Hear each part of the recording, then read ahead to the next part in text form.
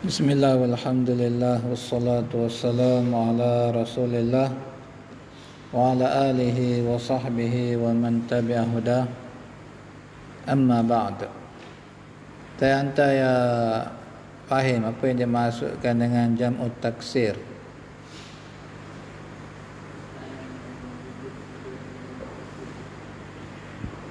Perkataan yang merujuk kepada bilangan yang satu, jam'ut taksir.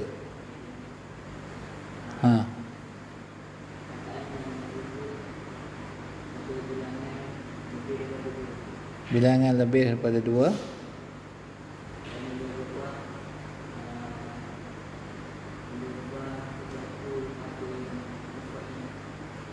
Berubah struktur perkataannya bila ditukarkan daripada mufrad kepada jam'un. Boleh bawa contoh? Baitun buyutun. Baik, hari ini kita masuk kepada kalimah yang ketiga yang menggunakan dhammah sebagai tanda raf'an. Ya, kita dah belajar kalimah yang pertama yang menggunakan dhammah ataupun baris depan sebagai tanda raf'an adalah ismu mufrad. Yang keduanya jam'ut taksir. Hari ini kita masuk kepada kalimah yang ketiga, iaitu jam'ul muannas salim. Kata penulis jam'ul muannasis salim, iaitu perkataan yang menunjukkan bilangan yang lebih daripada dua.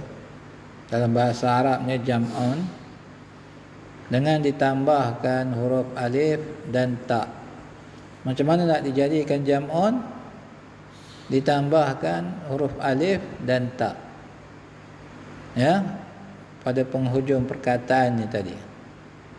Ya, itu cara untuk kita menukarkan kalimah yang mufrad ini kepada jam'un kalau ianya dijamakkan dengan jam'un muannas salim. Tambah apa? Tambah apa Aisyah? Huruf alif dan ta. Perkataan tersebut merujuk kepada perempuan. Yang dimaksudkan dengan muannas itu apa dia? Merujuk kepada perempuan, al-muannas, ya, dipanggil muannas, dan tidak berubah strukturnya apabila ditukarkan kepada jam'un, dipanggil as-salim. Sebab apa dipanggil jam'un muannas salim? Kita tahu jam'un makna dia bilangan lebih daripada dua. Muannas artinya apa? Artinya ianya adalah merujuk kepada perempuan. Merujuk kepada perempuan. Jadi kita nanti akan belajar muannas itu ada dua pula. Ada muannas hakiki, ada muannas majazi. Jadi yang penting kita ambil yang mudah dahulu. Ya. Kalau semua muannas tu dia merujuk kepada perempuan kalau manusia. Kalau haiwan dipanggil apa? Betina. Kalau perempuan ataupun betina maka dipanggil muannas. Dan salim artinya selamat. Salim maknanya selamat. Apa maksud selamat di sini? Artinya strukturnya tidak berubah apabila ditukarkan daripada mufrad kepada jam'un. Itu makna salim. Kita tengok contoh di situ, al-mufradu, kemudian jam'un muannas salim. Contoh macam muslimatun. Muslimatun maknanya seorang wanita yang beragama Islam. Kalau kita nak kata wanita-wanita yang beragama Islam, kita kata apa? Muslimatun. Ya. Asal perkataan dia adalah apa? Min sin lam mim. Tak yang hujung tak marbutah itu tanda ta'nis, kan, merujuk pada perempuan. Jadi perkataan tu huruf asalnya apa dia? Mim, sin, lam, mim. Macam mana sebutan dia? Muslimatun. Tapi bila kita tukar kepada jam'un, kita kata apa? Kita tambahkan alif dan tak maftuhah. Tahu beza tak maftuhah dengan tak marbutah? Beza dia apa dia, Abu Abdullah? Apa beza tak marbutah dengan tak maftuhah?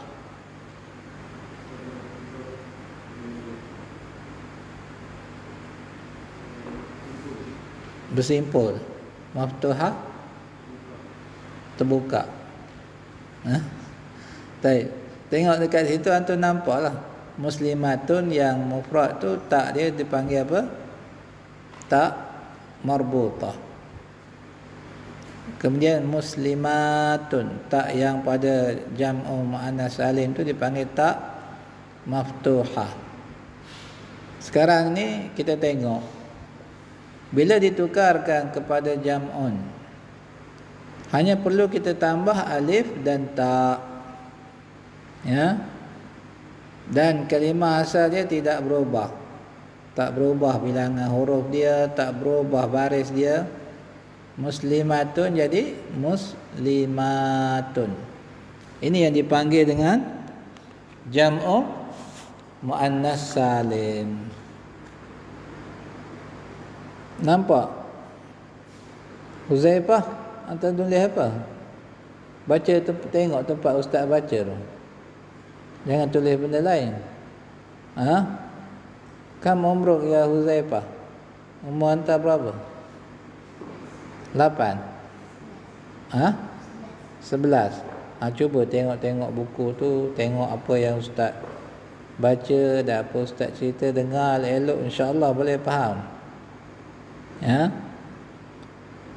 tahun dah boleh faham dah, insya-Allah. Yang penting fokus. Dengar elok apa ustaz cerita, tengok apa yang ustaz baca tu, insya-Allah dapat, ya. Contoh yang seterusnya, mukminatun. Kalau jam'u muannas salim jadi mukminatun. Kemudian baqaratun, baqaratun. Apa makna baqarah, Ihsan? Lembu apa? Lembu betina. Jadi sekarang ni jam'un dia kita buat baqaratun, iaitu jam'u muannas salim. Kalimah muslimatun, mukminatun dan baqaratun adalah jam'u muannas salim.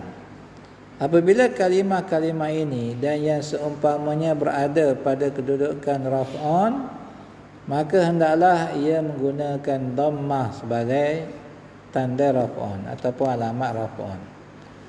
Jadi kalau dia berada pada kedudukan raf'un, kita gunakan dhammah. Cuba sebut Abu Saleh. Apa dia kalimah yang berada pada kedudukan raf'un? Kita dah belajar sebahagiannya. Nanti kita akan masuk dalam bab al-marfu'at. Iaitu kalimah-kalimah yang berada dalam pada kedudukan raf'un. Apa yang kita dah jumpa sebelum ni, kalimah yang berada pada kedudukan raf'un.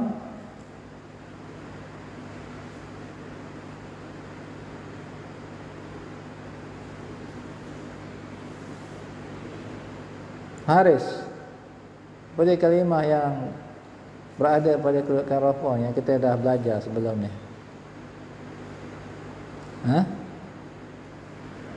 Apa dia? Mubtada. Lagi? Abu Abbas, fa'il. Itu kita kata fa'il mubtada berada pada kedudukan raf'un, ya. Jadi sekarang ni begitu juga jam'u muannas salim, kalau dia jadi mubtada ke ataupun dia jadi fa'il, maka kita gunakan dhammah sebagai tanda raf'un. Tengok contoh yang dibawakan di sini. Contohnya, ja'atil muslimatu. wanita-wanita Islam telah datang. Baik Abu Uwais, al-muslimah tu jadi apa di sini? Jadi fa'il, pelaku perbuatan. Bila fa'il, kita kenakan jadikan dia ni marfu'. Kan? Fa'il mesti marfu'. Apa tanda rafa'an kita guna di sini? Apa tanda rafa'an di sini? Abu Saleh. Dhamma. Kita kena sebut ja'atil muslimatu. Tak boleh muslimati, tak boleh muslimata memang tak ada. Ya? Tak boleh muslimati. Faham? Baik, contoh yang seterusnya. Al-mu'minatu yuta'na Allah wa rasulah. Wanita-wanita yang beriman taat kepada Allah dan Rasulnya.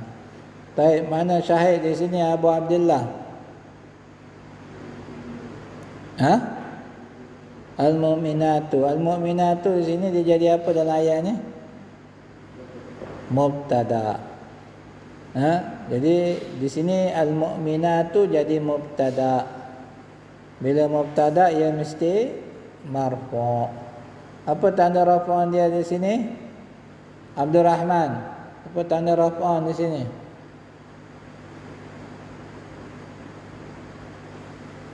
Tak tahu lagi. Dengar elok nanti cepat dapat insya-Allah ya. Jangan hayal. Siapa dia fokus belajar, insya-Allah dia cepat dapat. Kalau hayal, belajar dengan dengan ulama nahwu besar mana pun dia tak akan pandai. Ya. Baik. Faham? Apa tanda rafa'an di sini?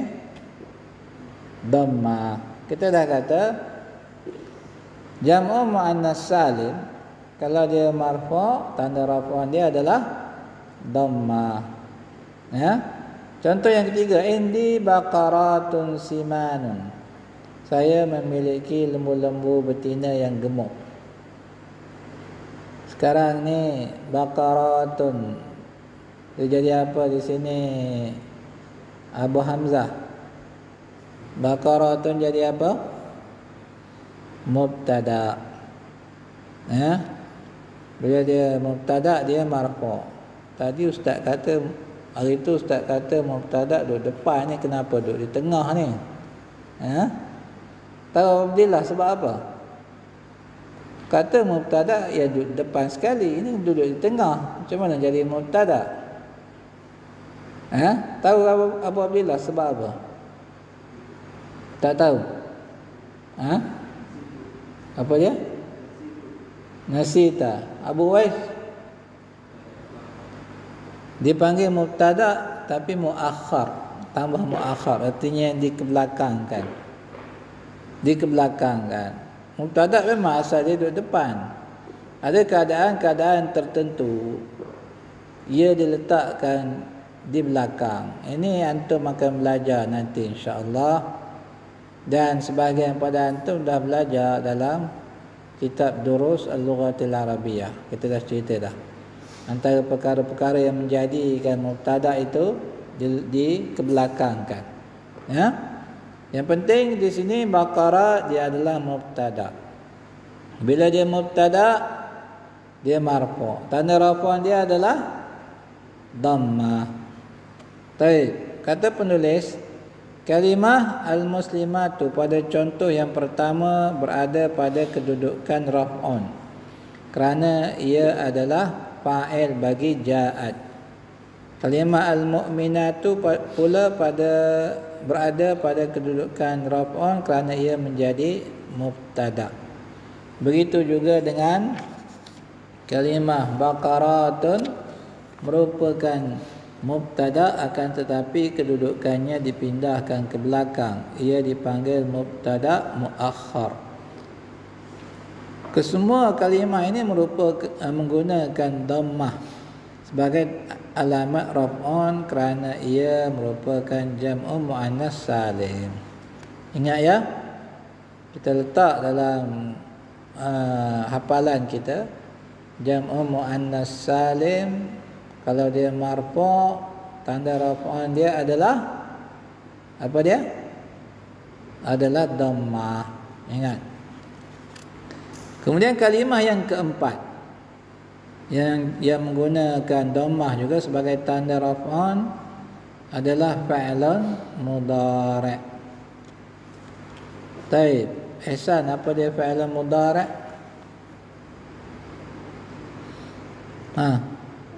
Dah belajar dah. Ya? Kuat sikit. Perbuatan sedang akan berlaku. Sebut macam ni, perbuatan yang sedang berlaku atau akan berlaku, ya. Kalau sedang akan tu ringkas sangat, orang dengar pun pening. Perbuatan yang sedang atau akan berlaku. Boleh macam tu, ya. Baik. Sekarang ni fi'il mudhari' ia juga menggunakan dhammah. Kata penulis, fi'il mudhari' menggunakan dhammah sebagai alamat raf'an dengan syarat ia tidak bersambung dengan perkara-perkara berikut. Perhati betul-betul. Fi'il mudhari' kalau dia nak gunakan dhammah sebagai tanda raf'an, dia ada syarat. Syarat dia jangan bersambung dengan salah satu daripada 3 perkara yang akan disebutkan.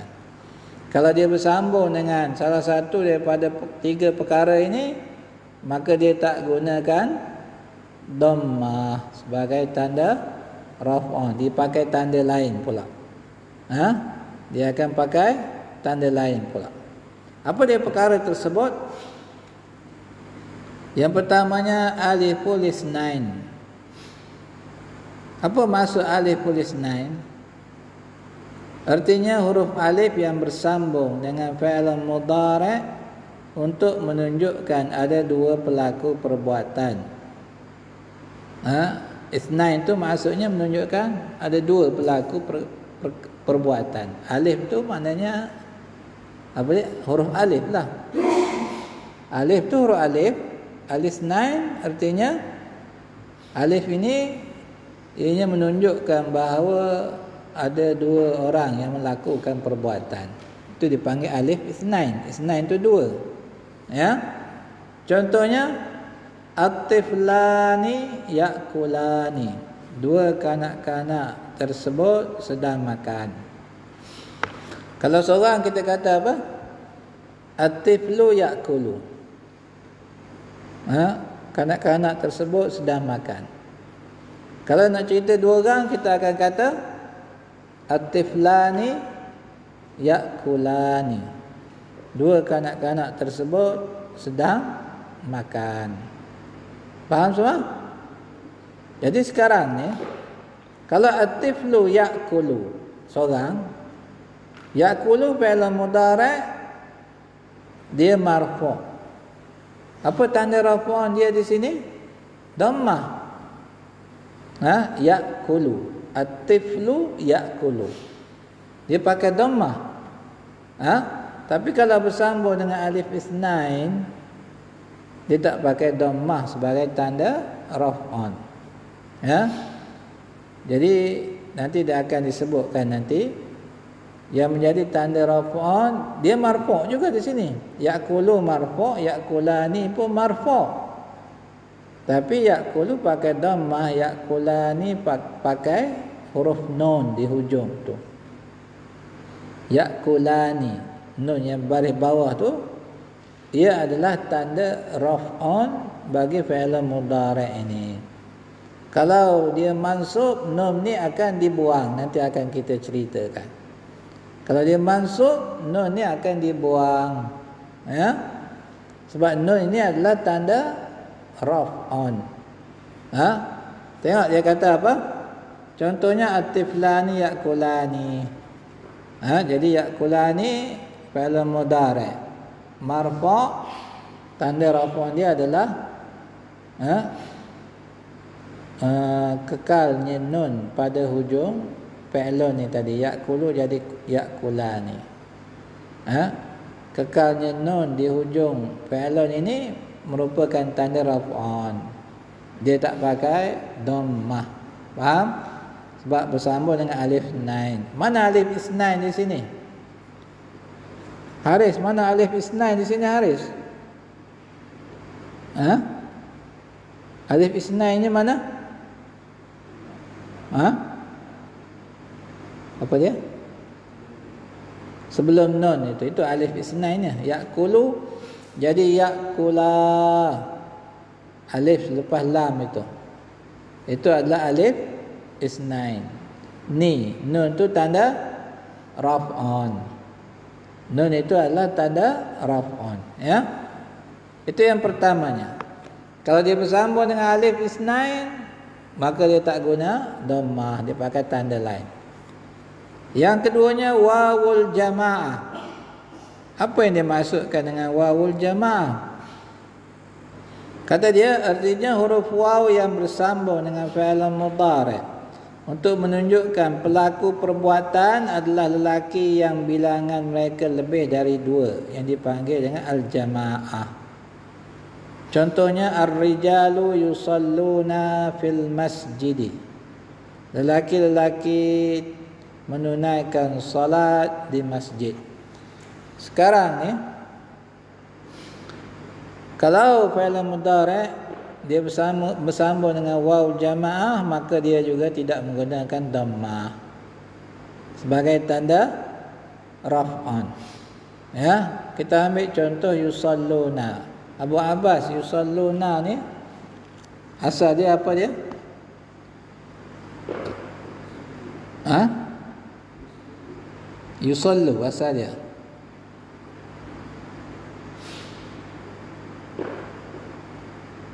Yusallu. Setuju Abu Uwais? Setuju. Abu Hamzah? Ha? Yusalluna asal dia apa?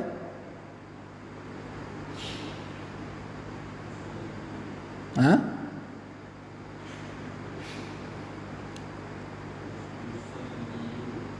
Apa dia?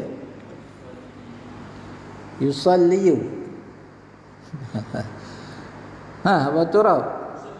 Yusalli. Yusalli. Ha? Tak disebut you situ, tak disebut. Sebab dia fi'lun yang berakhir dengan huruf ya hujung dia.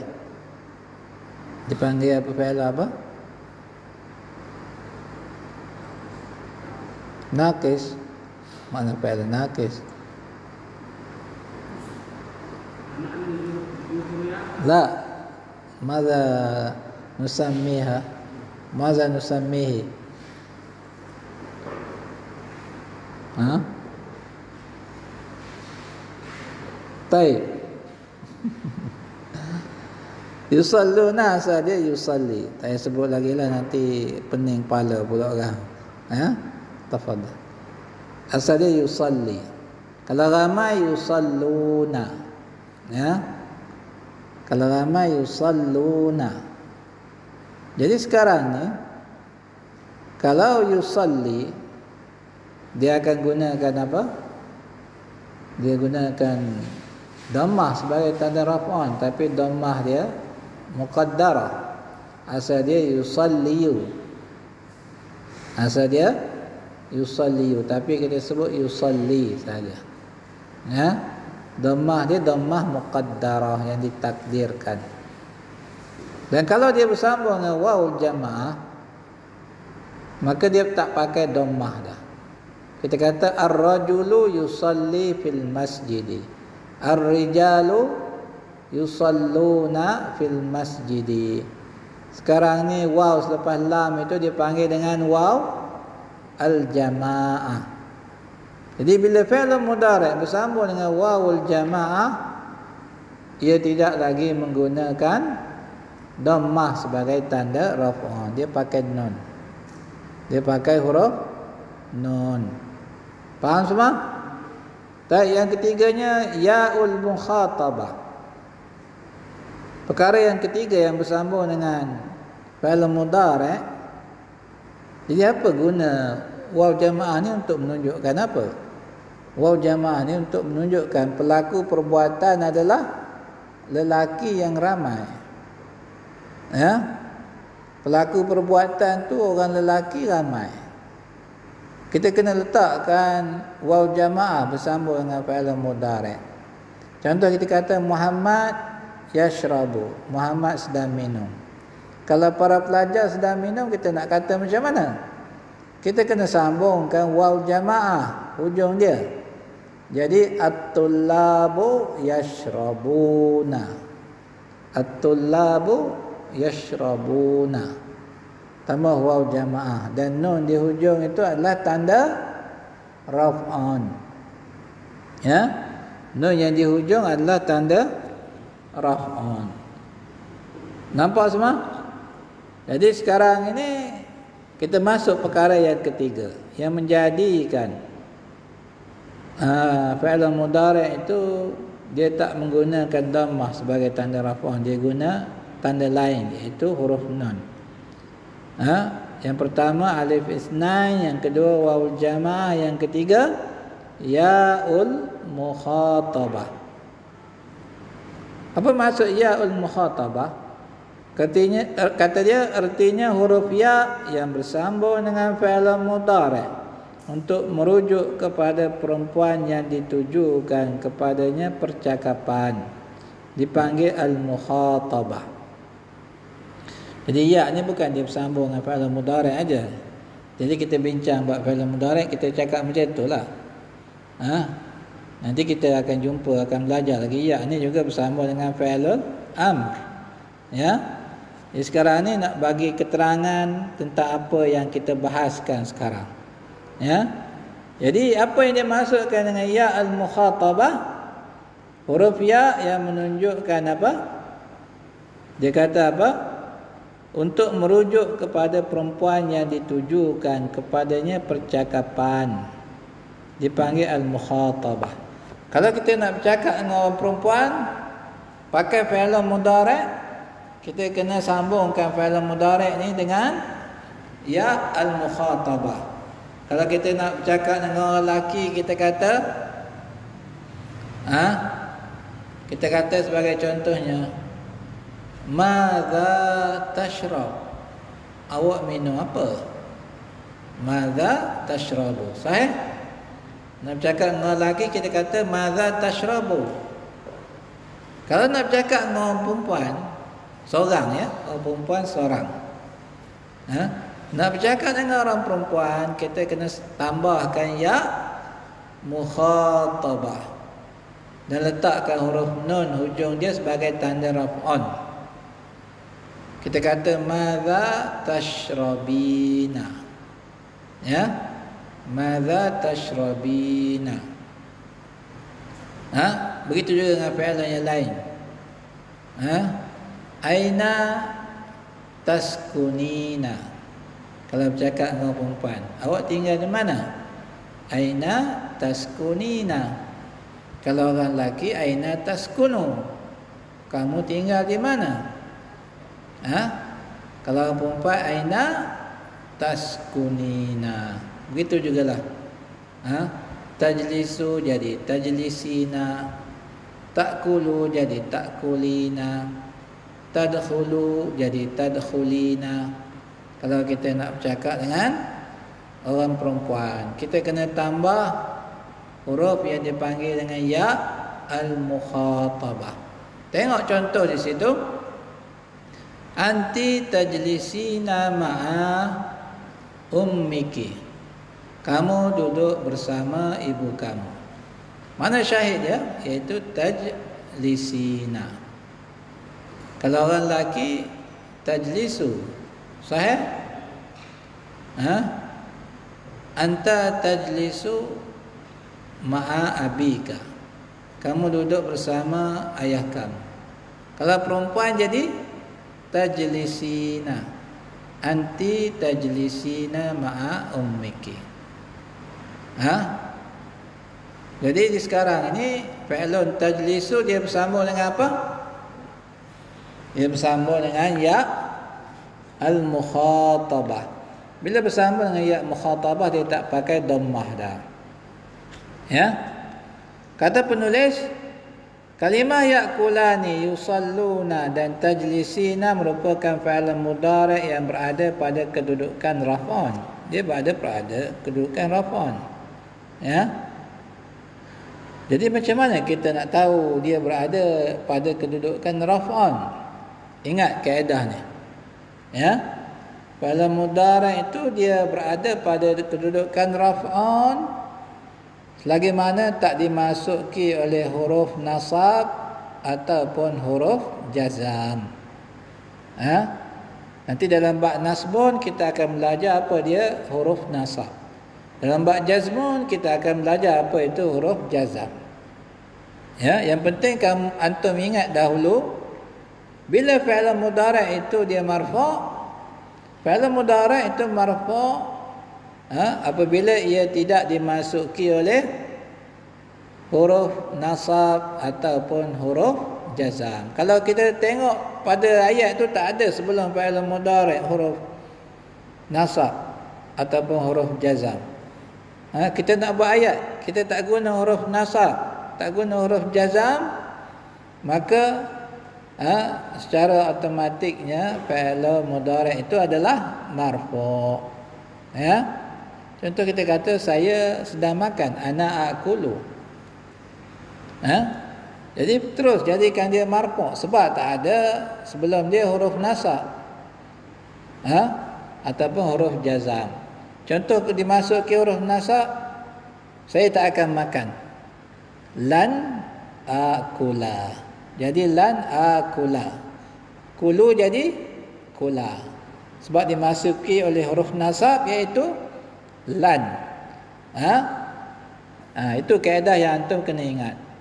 Kalau sebelum fi'il mudhari' tak ada huruf nasab, huruf jazam, maka automatik dia marfu'.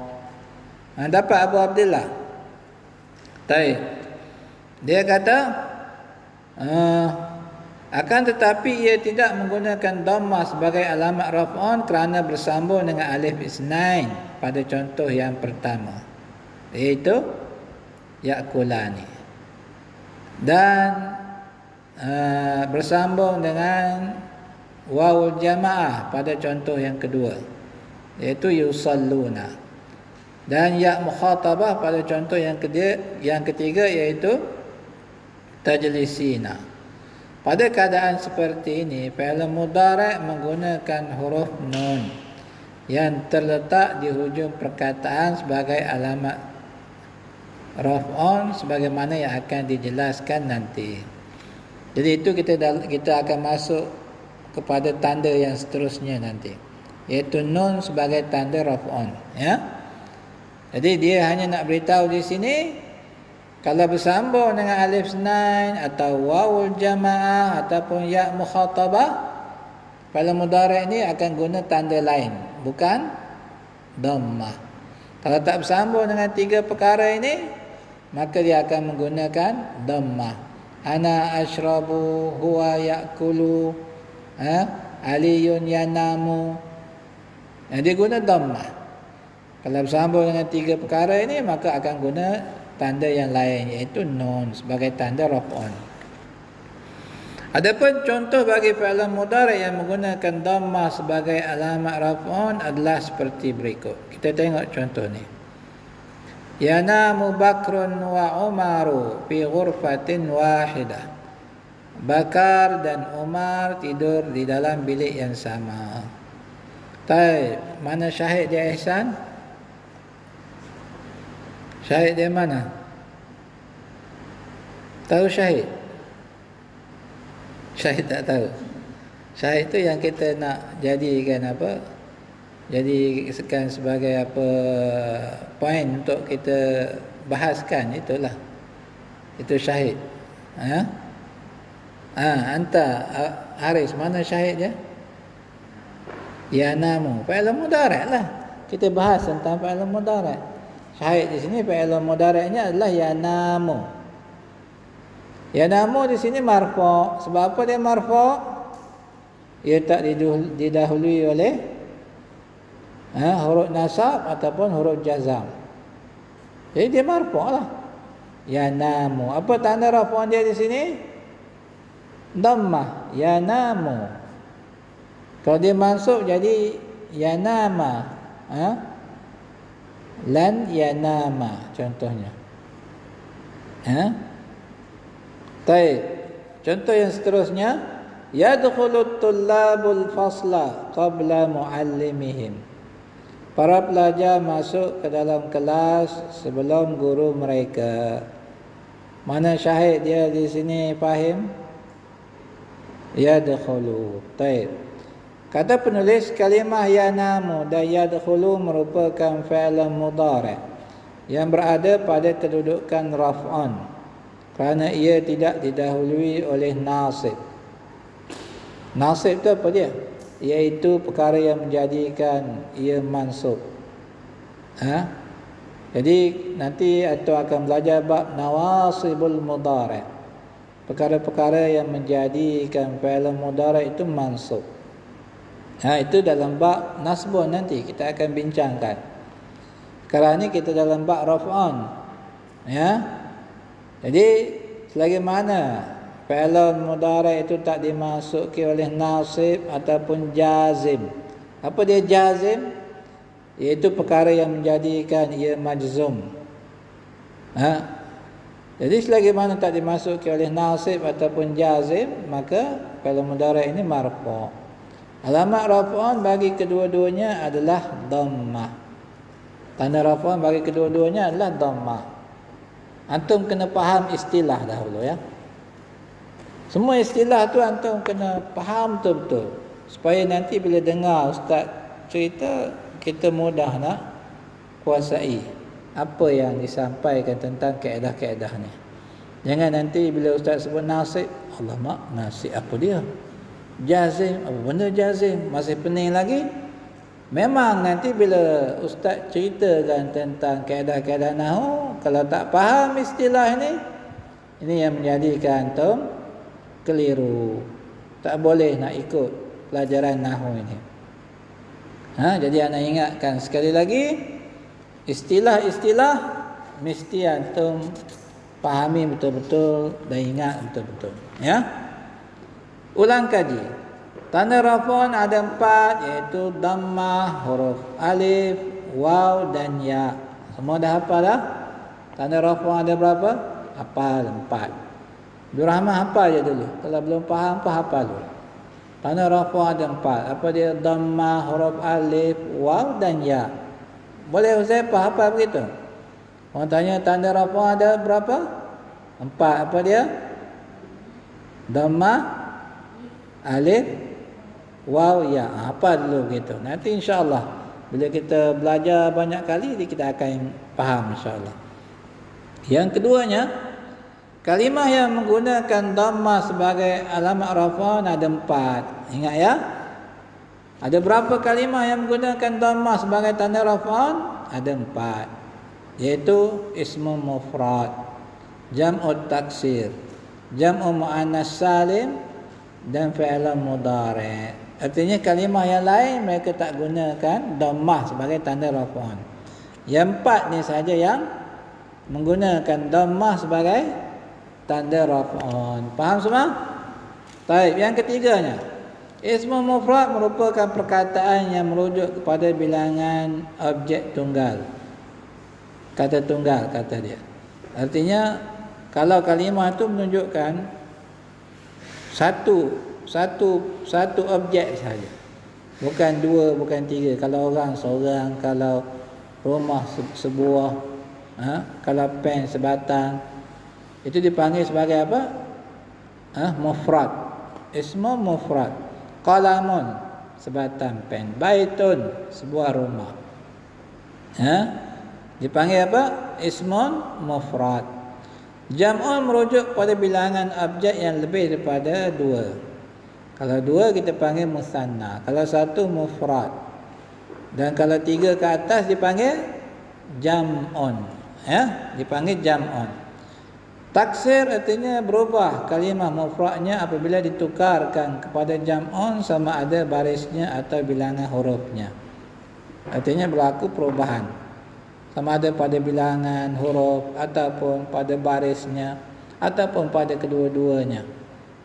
Bilangan huruf mungkin bertambah dan juga mungkin berkurangan bila ditukarkan daripada mufrad kepada jam'un. Yang keenam, muannas artinya perempuan ataupun betina. Kalau muannas tu dia merujuk kepada perempuan kalau manusia dan betina kalau haiwan, ya. Salim artinya selamat, kalimah mufradnya daripada perubahan apabila ditukarkan kepada jam'un. Mufrad dia tak berubah bila ditukarkan kepada jam'un. Contoh macam tadi, muslimatun jadi muslimatun. Fi'il mudhari' menggunakan dhammah sebagai alamat raf'an dengan syarat ia tidak bersambung dengan alif isnain, wawul jama'ah dan ya'ul mukhatabah. Bagaimana tak bersambung dengan 3 huruf ni, salah satu daripada 3 huruf ni, maka dia menggunakan dhammah sebagai tanda raf'an. Marfu' adalah istilah bagi perkataan yang berada pada kedudukan raf'an. Ini istilah ni kita dah cerita banyak sekali. Bila kita sebut fi'il mudhari' ni marfu', artinya apa? Ia berada pada kedudukan raf'an. Ismun ni marfu', artinya dia berada pada kedudukan raf'an. Itu maksud marfu', ya. Baik, tengok pada carta situ. Carta bagi tanda raf'an. Tanda yang pertama apa dia? Dhammah. Dhammah yang menggunakan dhammah adalah ismu mufrad, jam'u taksir, jam'u muannas salim dan fi'il mudhari'. Ya. Baik. Nanti pada hari esok kita masuk kepada sambungan bagi bab ini, iaitu panduan tambahan yang perlu kita ketahui. InsyaAllah kita akan bacakan pada hari esok. Yang penting, walaupun kita belajar 2 kali sahaja seminggu, antum kena kuat murajaah. Nak masuk pada minggu yang satu lagi, kita dah kuasai betul-betul apa yang kita belajar. Tak perlu belajar banyak-banyak. Yang penting kita faham, kita dapat betul-betul. Macam anda ingatkan sebelum ni, ilmu nahwu mesti kita ambil satu-satu. Dah faham, baru naik yang lain. Dah faham, baru masuk yang lain. Kalau tidak, sebab itulah ada yang kata susah ilmu nahwu ni ustaz, anak tak faham-faham. Jadi kita kena belajar satu-satu, ya. Bila kita faham, baru kita masuk pada bahagian lain. InsyaAllah kita akan dapati ilmu ni mudah, ya. Baik, kita sambung insyaAllah pada hari esok.